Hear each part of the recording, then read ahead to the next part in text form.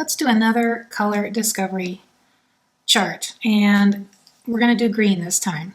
So I've got this just kind of a basic green. I don't normally buy greens. I like to make them, but I thought I'd see what this color was like, and it's So, but we're going to see how we can make it more interesting by adding some things. All right, so this is our main color. It's called chromium oxide green. So I'm going to paint it here in the middle. These are Nova acrylics, which are really nice quality acrylics for the price. In fact, I'm working with them now to do a bundle, a Suzanne Allard bundle for students.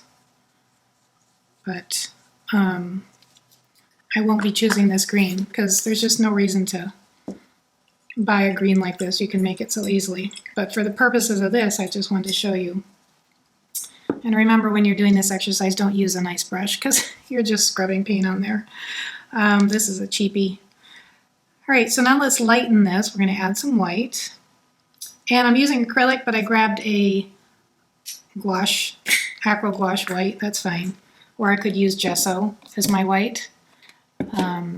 It doesn't matter for this purposes of this.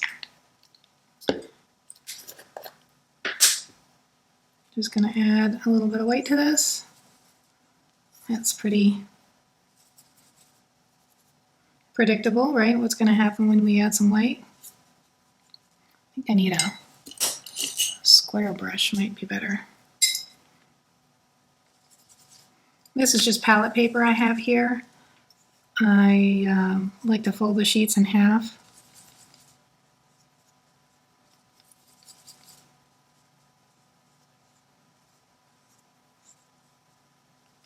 So of course we can add as much white. Actually, that really makes a pretty color with just the white.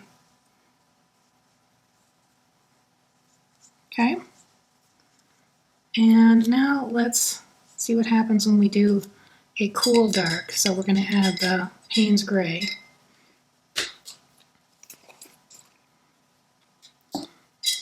And I'm just using, a bit of water, and then I'm blotting my brush with the paper towel because I don't really need to get all of that green out.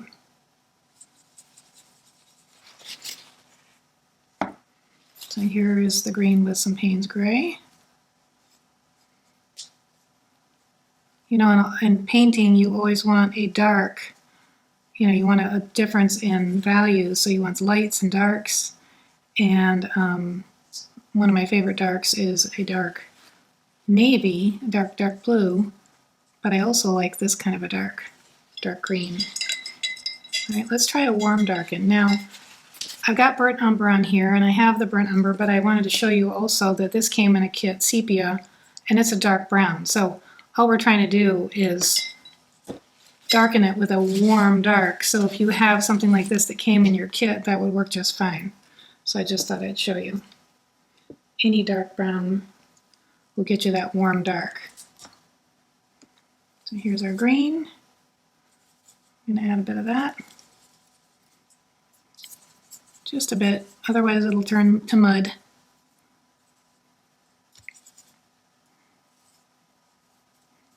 And then, of course, you can take this so many directions. You could add white to these, and you could put those here and here and just keep playing.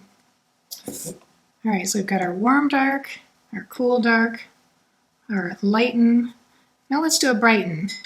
I do have fluorescent yellow, but you probably don't. So let's use a light yellow. So the key to brightening it is, at least if you're trying to go in the bright direction, is a light yellow like this, as opposed to kind of a golden yellow, like usually called permanent yellow or cad yellow. It's going to have more of a golden tone to it like this. So if you have a lemony yellow, that'll brighten it up. You don't need to have a fluorescent. So we're going to get our paper towel, blot off the brush, get some green, and a bit of this Hansa Yellow Light. This is a great color. This will definitely be in my bundle. So let me brighten it up.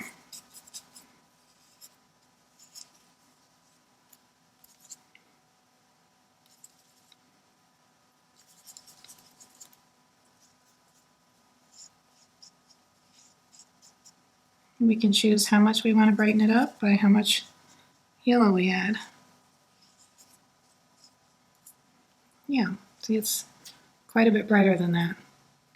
And then to get out the complement to the green, we look at the color wheel, got green here, we go straight across, and we see that we can use red to tone it down. So we're going to grab some red. I've just got a cadmium red here.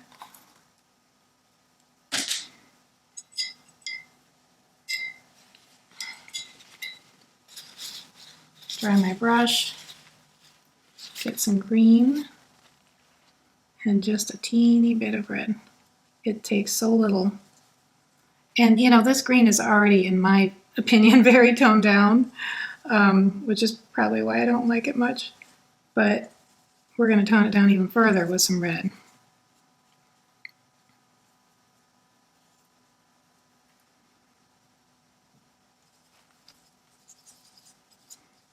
Just watch those complementary colors. A tiny bit goes such a long way. Okay, and there is our toned down, subdued green.